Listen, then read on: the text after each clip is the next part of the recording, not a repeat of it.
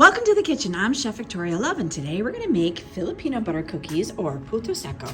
These are very dry cookies that are very similar to shortbread, and we're going to use cornstarch in it, which will give it a very flaky texture.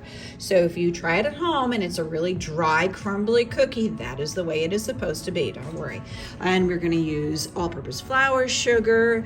I love this beautiful kosher sea salt. Table salt is fine. Vanilla, baking powdered butter, eggs, and milk. And let me get everything mise en place, and I will show you how to make it. Please click like and subscribe so we can bring you more recipes.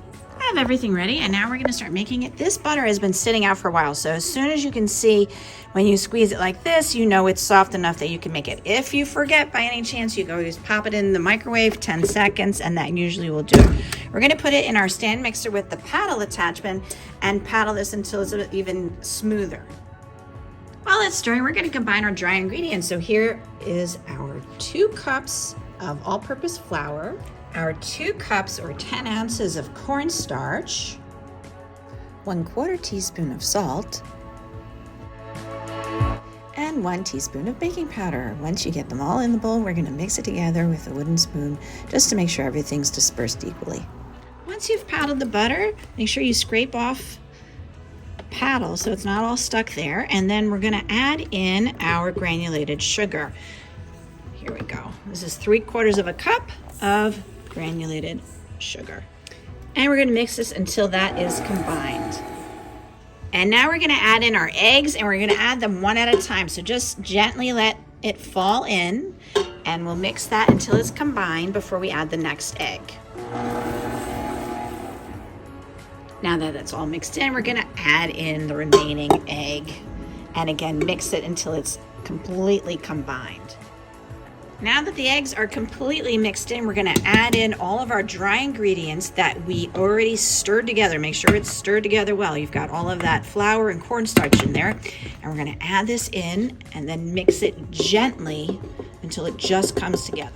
Once you get everything in there, we're going to turn this on low. I'm even going to sort of like pulse it on and off because I just don't want the flour to go everywhere. So just pulse it on and off for the first couple of turns, and then let it go until it just comes together. So you can see it's beginning to come together now. So turn off your machine. This is a very dry dough because of all that cornstarch. So we're going to moisten it with our milk. So just pour it all in at once, and then we'll mix it and get that all mixed in. You don't want to overmix the cookie, even though there is all that cornstarch, just because we don't want to develop the gluten in the flour. So make sure you stop it and then scrape down the sides of the bowl and the paddle attachment to make sure it's getting completely mixed in. Sometimes you can find at the bottom you'll have some dry ingredients, and you want to make sure everything is completely mixed in. There we go. We have our nice cookie batter. You can stop mixing now. We're going to take it out of our bowl. I'm using a cookie scoop or an ice cream scoop to portion out my cookies, and then we want to put a little mark on top, which is indicative of this cookie in Philippine bakeries. So you take a fork, and I just dipped in a little bit of cornstarch so it won't stick, and press down on the top like so, and leave that little impression.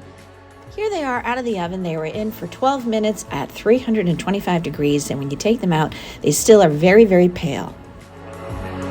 Here are our beautiful Puto Seco cookies from the Philippines. They're absolutely delicious. Now, they are very dry and they are a bit bland, so this is something that's really great to dunk in your tea. However, I do prefer putting a little powdered sugar on it to give it a little more sweetness and a little more flavor. So I hope this inspires you to make it at home. Thank you so much for watching. Check out all of our videos on our YouTube channel. For more recipe demonstrations, please click like and subscribe to Chef Victoria Love's YouTube channel, and have fun in the kitchen. Thank you.